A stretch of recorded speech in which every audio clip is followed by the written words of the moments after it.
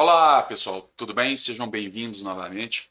Neste vídeo de hoje eu vou apresentar para vocês, eu vou pegar o algoritmo que a gente fez no vídeo anterior e eu vou reescrever esse algoritmo. Na verdade ele já está reescrito, eu vou apresentar para vocês utilizando três outras linguagens de programação existentes no mercado, que é o C, o Java e o Python. E aí vocês vão notar que a estrutura é muito parecida, porém tem algumas particularidades, tá? E aí eu vou reforçar com vocês o porquê que a gente está vendo o Portugal, tá bom?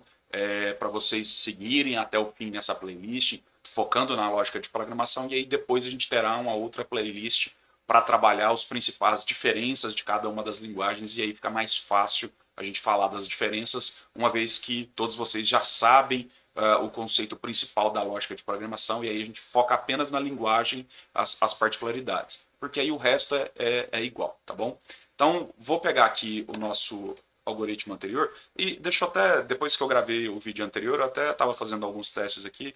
Falei assim, pô, deixa eu mostrar isso aqui, que pode ser uma melhoria que talvez seja necessário a gente querer fazer. Por exemplo, quando a gente executar o nosso software e der 1 hora de duração, por exemplo, vai vir assim, ó, a duração do jogo foi de 1 horas. Ficou estranho, né? Bom, um jeito rapidinho de você resolver isso aqui é com o próprio português, né? Você vem aqui e coloca assim entre parênteses, que aí isso é meio comum quando a gente está escrevendo português, né? Quando algo pode ser no plural ou no singular, você coloca a palavra no singular e o plural entre aspas ali. Você poderia resolver dessa forma, tá? Ou ainda a gente poderia ser mais específico. Não, eu quero agora, eu quero só escrever 1 hora. Se for 1 hora, é 1 hora. E se a duração for maior do que 1 hora, aí eu quero horas. Bom, então aí o que você poderia fazer? A gente poderia criar mais essa característica, né? Então, essa característica aqui, ó, ela tem duas possibilidades. Quando acontecer da hora final ser a hora maior do que a hora inicial, aí eu tenho duas situações, que são a diferença entre as horas ser igual a 1 hora, e aí eu quero imprimir a palavra apenas hora, e se a gente tiver a diferença maior do que 1, aí a gente pode querer escrever no plural. Então o que você poderia fazer? Uma das formas seria você, dentro deste bloco, então dentro deste bloco aqui, ó, dentro desse se não se, como vai existir duas possibilidades aqui dentro, quando a diferença for 1 hora ou a diferença é maior do que 1 hora, a gente pode, como são duas possibilidades, a gente pode colocar mais um bloco se aqui. Ó. Então eu poderia se, beleza.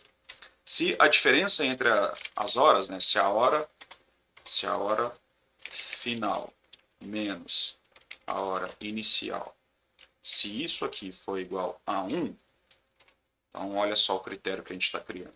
Então se a diferença da hora final com a hora inicial for igual a 1, aí então a gente quer escrever isso aqui no singular. E aí eu posso fazer um else, um senão, desculpa, e aí o senão seria a outra possibilidade. Aí eu já posso vir e já falar horas. Aí o que a gente poderia fazer? Para a gente não ter que... vamos lá. Uma possibilidade seria essa. Hora final menos hora inicial. Ok?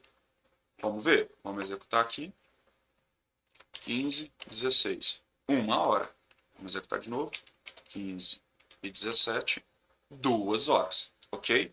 Então você teria essa possibilidade aqui, tá? Uma coisa que você poderia fazer é assim, Rogério, eu não quero ficar fazendo esse cálculo aqui 2 vezes, eu não quero escrever esse cálculo 2 vezes. Mas em qualquer uma das duas situações, eu vou precisar da diferença das horas. Então o que você poderia fazer? Poderia vir aqui e criar uma variável, int diff horas. E aí eu posso já vir aqui e falar assim, ó, a diferença de horas, aí a gente tira isso aqui daqui, ó. Eu tiro isso daqui, jogo aqui.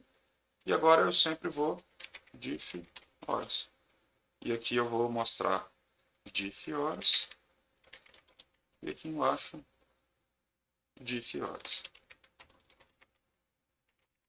Ok? Então com isso aqui, a gente, inteiro, a gente conseguiria implementar um código aqui para ficar um pouquinho mais inteligente.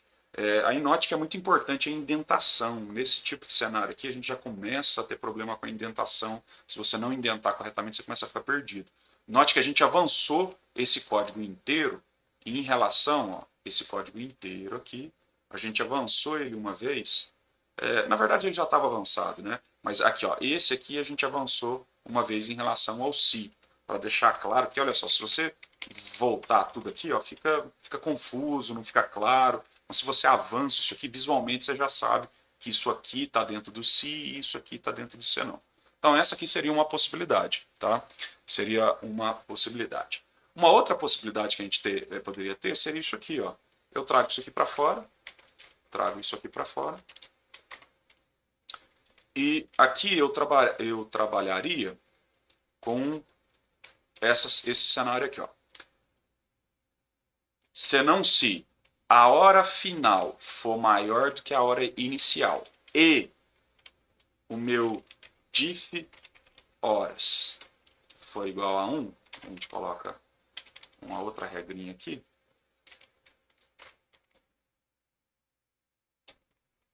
Então, se isso acontecer, aí então eu quero fazer isso, certo?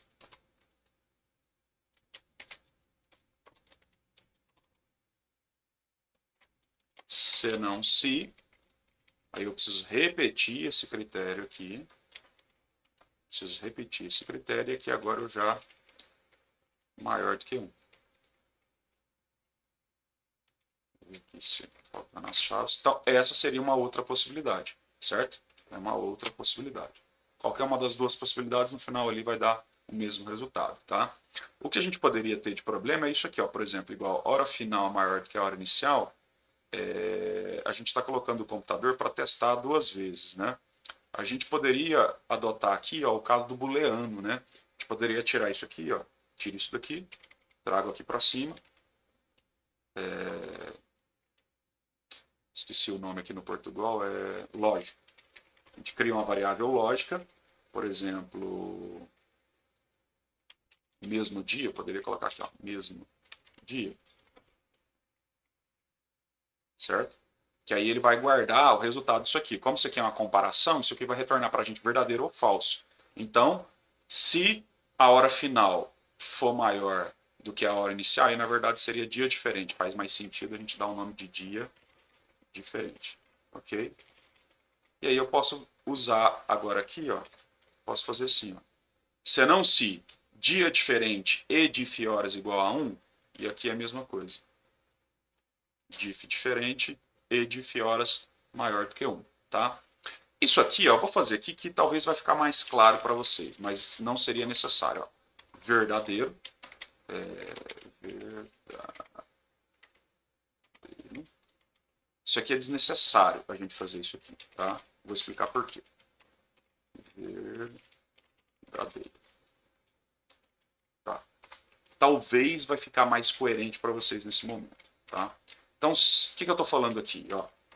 Como aqui dentro, em dia diferente, vai guardar verdadeiro ou falso baseado neste critério aqui, quando chegar aqui eu vou falar assim, ó, o dia diferente é verdadeiro? Ou seja, está gravado em dia diferente, verdadeiro?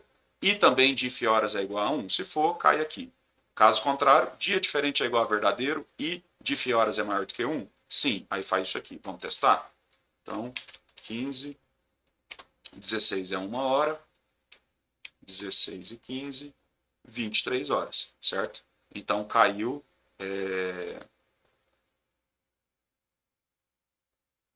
Peraí, que aqui. Hora final. Não, na verdade é mesmo dia mesmo, tá? Aqui o nome da variável. Deu certo o programa, só o nome que ficou estranho. Aqui é mesmo dia. Aqui é mesmo dia. Vai ser mais coerente esse nome de variável, mesmo dia, certo? Então, o mesmo dia é verdadeiro, o mesmo dia é verdadeiro, tá? Então, agora vamos fazer com diferença de 1 hora, né? Então, 15 e 16, 1 hora, e 15 e 17, 2 horas. Então, funcionou também, tá? Por que eu falei para vocês que isso aqui é desnecessário a gente fazer essa igualdade, tá? Porque aqui o que a gente tem? Como é que o E funciona? Aí aqui no caso tem que ser um E mesmo, tá? A gente quer as duas coisas. Eu quero que seja do mesmo dia e a diferença seja de 1 hora. Se a gente fizer um ou, aí a gente vai ter problemas, tá? Então, isso aqui, ó, pode dar verdadeiro ou falso, e a gente precisa que dê verdadeiro. E quando eu aplicar um e isso aqui também der verdadeiro, aí então eu entro e faço isso aqui, certo? Se isso aqui der falso e do lado de cá der verdadeiro, eu não executo. Se isso aqui dá verdadeiro e do lado de cá dá falso, eu também não executo, porque o e precisa que os dois lados sejam verdadeiros, certo? Se eu tirar essa igualdade aqui, vocês vão concordar comigo, vocês hão de concordar, que dentro da variável mesmo dia já vai estar escrito verdadeiro ou falso, certo? Já vai estar gravado lá verdadeiro ou falso, então eu não preciso testar de novo a igualdade. Então eu posso simplesmente colocar mesmo dia, e tiro o teste da igualdade aqui, certo? Que aí, mesmo dia, se o mesmo dia for verdadeiro e diff horas for verdadeiro, eu executo, ok? Então esse é o raciocínio. Vamos testar, vamos executar, a gente vê que vai dar o mesmo resultado. 15 e 16, olha lá, 1 hora, 15 e 17, 2 horas, tá? Então, isso aqui é o jeito mais adequado da gente fazer, tá bom?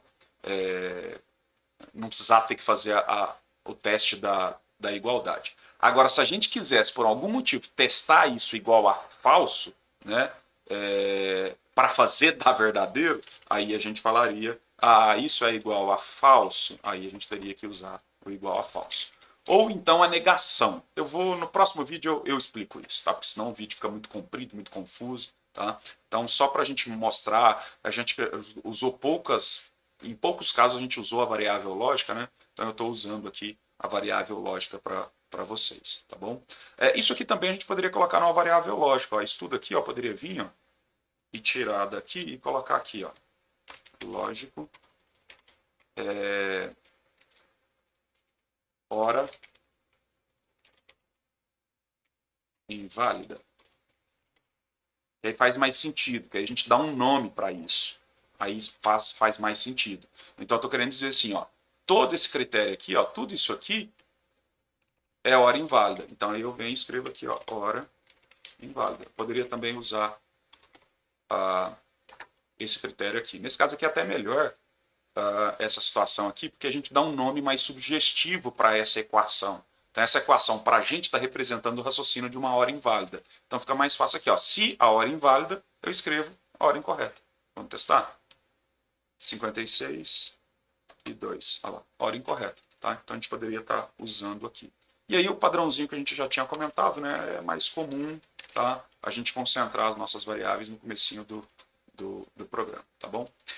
Aí só tem um probleminha. Aí a gente não poderia fazer a declaração dela e automaticamente já colocar o conteúdo, porque aí a gente precisa da leitura das variáveis, tá? Então o que a gente poderia fazer é, primeiro eu declaro, faço uma declaração simples, e aí depois a gente só atribui os valores. Okay? Então seria esse cenário aqui. Beleza? Tudo bem? Beleza. Então, esse aqui é uma possibilidade que a gente teria também. Bom, eu peguei esse mesmo código aqui, este mesmo código, e converti ele para outras linguagens de programação. Aqui eu estou usando um site chamado OnlineGDB, que ele é um site, uma página web onde você pode escrever um pequeno programa, escolher qual a linguagem de programação que você está usando, e testar o software aqui. Então ele é normalmente para testes menores, você não ter que instalar uma IDE de desenvolvimento como o Portugal Studio. Portugal Studio só serve para Portugal. No caso do C aqui, eu teria que baixar uma IDE compatível com a linguagem C. Aqui está em Java, aí aqui eu teria que baixar uma IDE compatível com Java. Aqui eu teria que baixar uma IDE compatível com Python. Aí para não ter que fazer isso, porque aqui eu quero só uma demonstração mais simples, esse site aqui já me atende, tá bom? Então vamos lá, eu quero mostrar para vocês a diferença que a gente tem entre algumas linguagens, tá?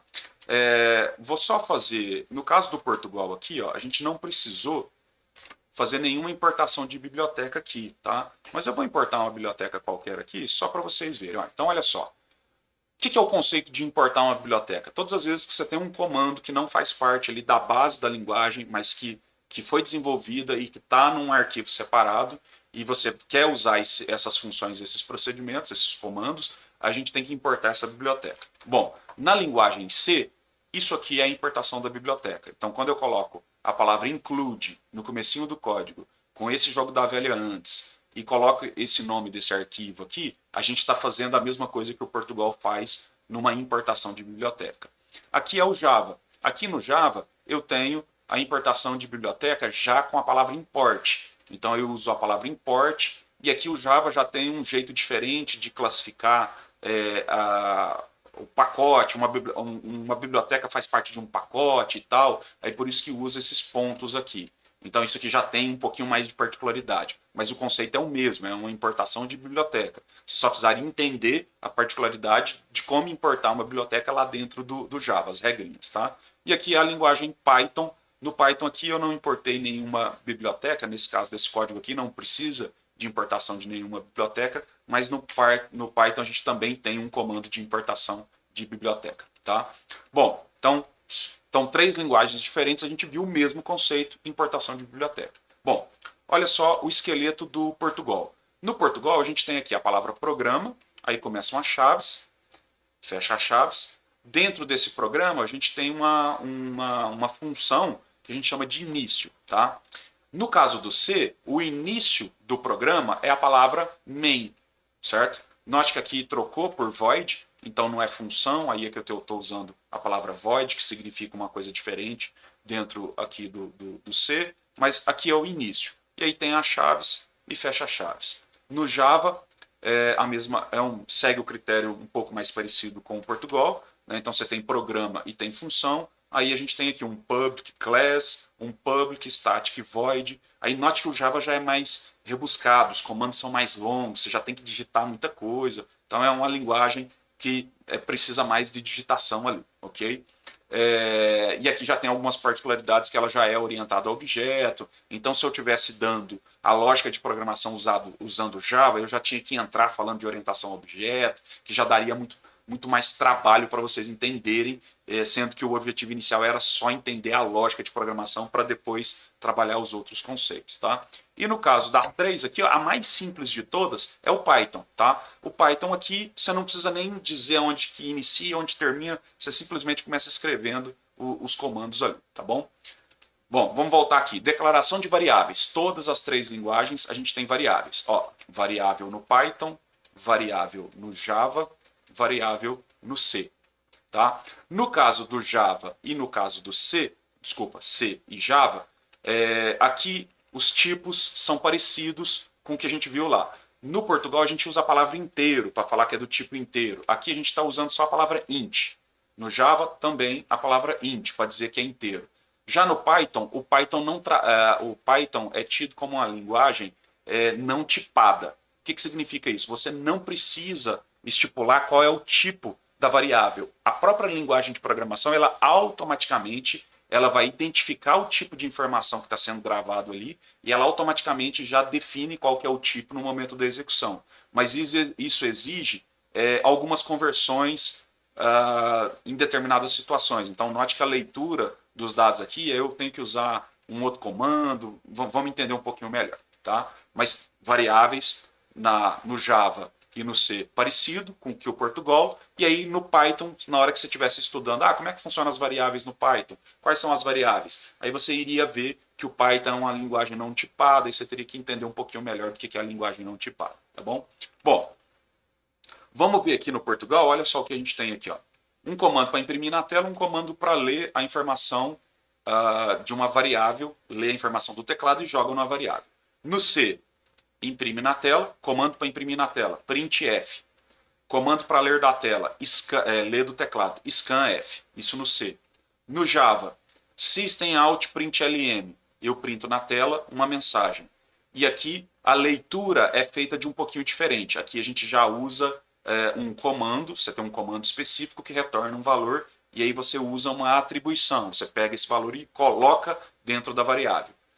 Já no C, o C já segue um pouquinho do padrão mais parecido com o Portugal, mas tem algumas particularidades o C. O C é uma das linguagens bem chatinhas, tem muita particularidade. Então aqui eu já tenho que determinar qual que é o tipo da informação que eu estou lendo, com um caractere específico aqui, aí vírgula, Quando eu estou usando o comando scanf, tem que ter um e comercial antes do nome da variável. Se você não colocar esse e comercial, dá problema. Então note que é complicado. Começar com o C, para quem está começando lógica de programação e começar direto com o C, é bem complicado, porque tem muita particularidade, muitas regrinhas. No caso do Java, você tem que escrever muito, né? Ou você tem que ficar escrevendo comando grande e tal. No caso do Python, o Python já é mais simplesinho, mas como ele não é uma linguagem tipada, não é tipada, né? É importante para o usuário entender a definição dos conceitos e tal, de qual é o tipo. Aqui o Python faz isso automaticamente para você, mas é melhor a gente começar a trabalhar com uma variável que você tem, uma linguagem que você tem que definir o tipo, e se você precisar ir para uma linguagem que não é tipada, aí é mais fácil, você já está claro o conceito para você de variável, e na hora que você entender que a linguagem faz isso automaticamente para você, então já fica mais tranquilo, tá bom? Mas note que os comandos são parecidos. Ó, isso aqui eu estou imprimindo na tela, e aqui eu estou imprimindo na tela. Tá?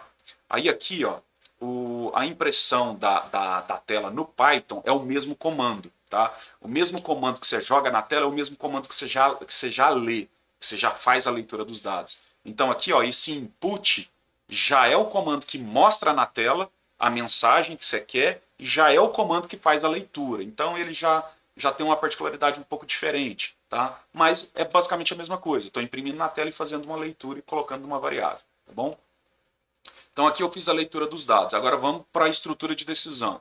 Olha só, no Portugal. Se o nosso teste, se não se o nosso teste. O mesmo raciocínio. Se no C, a única coisa que muda é o ou. O ou, ao invés de ser a palavra ou or em inglês, é essas duas barrinhas em pé. E o e é dessa forma, dois e's comerciais. Tá? Então tem essa particularidade, muda um pouquinho. Tá? Mas a estrutura do se é igual lá. Só que a gente só troca a palavra. Ao invés de ser se, é o if do inglês, que seria o se. Então, ó, if, else, if. Se não se. Se não se, else. Mesmos critérios. A única particularidade que aqui, ó, todos os comandos têm que ser terminados com ponto e vírgula, coisa que no Portugal não precisa. Tanto no C como no Java. Ó, C e Java eu tenho que terminar os comandos em ponto e vírgula. Já o Python não precisa terminar com ponto e vírgula, tá bom? Então, if e else é uma estrutura de decisão e funciona do mesmo jeito. O mesmo raciocínio de estrutura de decisão que vocês viram em Portugal é o mesmo que vai estar no C, o mesmo que vai estar no Java, o mesmo que vai estar em Python. Ó, no Java agora. O Java, ó, if, else, if. Usa o mesmo critério do C, duas barrinhas em pé, ok?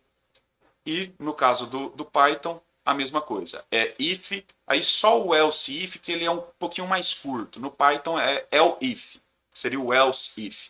O jeito de escrever é um pouquinho mais curto, mas o raciocínio é o mesmo. Então tem lá if, else if, else if, else. Aí aqui tem uma particularidade. Deixa eu ver se ele vai executar sem os dois pontos ali. Precisa dos dois pontos aqui. Então aqui você já tem essa regrinha. Pô, tem que ter os dois pontos ali e tal. Bom? Muda um pouquinho, por exemplo, no comando de imprimir na tela, no caso do C, olha só, ele é mais chatinho. Aqui, no Portugal, a gente separava a mensagem, aqui você tem que colocar aonde é que você quer que saia a informação no meio da frase. Então, no lugar desse %d aqui, e o %d tem uma característica específica, se for inteiro é uma coisa, se for fracionário é outra coisa, vai mudando esses códigos aqui. Então aqui eu estou dizendo que no lugar desse cara aqui, é para sair o resultado que está aqui. Então muda um pouquinho. Tá? No Java, a gente segue mais ou menos o padrão parecido com o que a gente tem no Portugal, só que no Portugal a gente separa por vírgula. No Java, a gente separa por mais, o sinalzinho de mais, ok? Para fazer a concatenação. E no Python, a gente tem a separação por vírgula, que nem é no Portugal, beleza? Então note que as três linguagens, o jeito de... Existe variável, existe comando para imprimir na tela, existe comando para ler dados da tela e existe a estrutura de decisão. Em todos os três. Mudou algumas particularidades. E essas particularidades que muda em cada uma delas seriam particularidades irrelevantes para aprender a programação, certo? Só que ela te geraria alguns desconfortos. No Java você já tem que escrever mais coisa. No C tem os detalhezinhos do C, dos comandos, que se você errar dá mais dor de cabeça. Né? No Portugal ele é mais simples, ele é mais enxuto. tá? Para ficar fácil do aprendizado aqui, da pessoa que está aprendendo, apenas focar na lógica de programação e ser uma linguagem o mais simples possível. Obviamente, a gente não usa o Portugal na prática para desenvolver sistemas, né? A gente usa efetivamente linguagens tipo Java, tipo C, tipo o Python, tá? O Portugal é mais uma linguagem para aprendizado, só para você aprender o raciocínio ali e aí depois você parte para uma linguagem de programação real mesmo, tá? Apesar da gente estar programando, tá? A gente está programando aqui, só que depois que a gente aprende a programação um pouquinho mais avançada, que a gente vai discutir, aí vocês entendem por que o Portugal não é usado para desenvolver os softwares reais mesmo no dia a dia, tá bom? Beleza, então a ideia aqui foi só mostrar para vocês que foquem na lógica de programação, tá? O que a gente já viu até esse momento, tá? Se vocês voltarem lá no primeiro vídeo do nosso canal, dessa playlist, tinha lá uma série de itens que a gente ia ver, tá? Então, quais eram esses itens, tá? Era variáveis e constantes, operadores aritméticos, operadores lógicos, operadores de comparação, estruturas de decisão, funções e procedimentos, estruturas de repetição, vetores e matrizes. Então, esses são, vamos falar assim, os 90% do conceito da lógica de programação. A gente já viu variáveis e os seus tipos, constantes, a gente viu operadores aritméticos, operadores matemáticos, os operadores aritméticos, né? Operadores aritméticos, operadores de comparação, operadores lógicos e vimos as estruturas de decisão. Então a gente está basicamente no meio do conteúdo. Então a gente precisa ver estruturas de repetição, funções e procedimentos, vetores e matrizes. Aí a gente fecha o 90% da lógica de programação, ok? E todos esses demais itens que eu falei para vocês aplica-se também em qualquer uma das três linguagens, seja Java, seja Python, seja C, tá? Vou só executar os softwares aqui para vocês verem que o resultado vai ser o mesmo, tá? Então vou executar aqui, então lá, 15, 16, a gente tem ali 1 hora, ok? Vamos executar aqui no caso do Java. Mesmo resultado no final, bom? 15 e 20, tivemos 5 horas. No Python, vamos executar, 15, 23, 8 horas. Então, o resultado da execução ali é a mesma, tá? Ah, Rogério, bom, se o resultado é tudo mesmo, por que tem tantas linguagens de programação? Aí, calma lá, mais para frente a gente discute isso, mas basicamente é porque cada linguagem de programação tem alguns prós e contras. Algumas linguagens são mais específicas para determinados tipos de softwares, determinados tipos de resoluções de problema, enquanto outros são melhores em outro. Tá? Então, é o mesmo motivo que você tem uma Ferrari, que você tem um carro popular, você tem um caminhão, você tem uma caminhonete, né? Então cada veículo serve para uma característica diferente. A mesma coisa acontece com as linguagens de programação, mas todas elas utilizam, 90% delas é a lógica de programação básica que a gente vai ver aqui dentro desse curso, tá bom? Então espero com esse vídeo aqui eu tenha reforçado para vocês, tá? A importância da gente focar neste momento na lógica de programação, porque quando vocês forem partir para outras linguagens, vai ficar muito mais fácil. E quando eu for gravar as outras playlists de Java, de C ou de Python, vai ser muito mais fácil, porque a lógica de programação já vai ter sido feita. E aí eu só vou focar naquilo que é diferente de cada uma das linguagens. Então nessa linguagem aqui tem essa particularidade. O C é feito desse jeito, a estrutura de repetição é assim e tal. Então é muito mais rápido a gente fazer a transição de uma linguagem para outra quando você já está com a lógica de programação muito clara na sua cabeça, tá bom?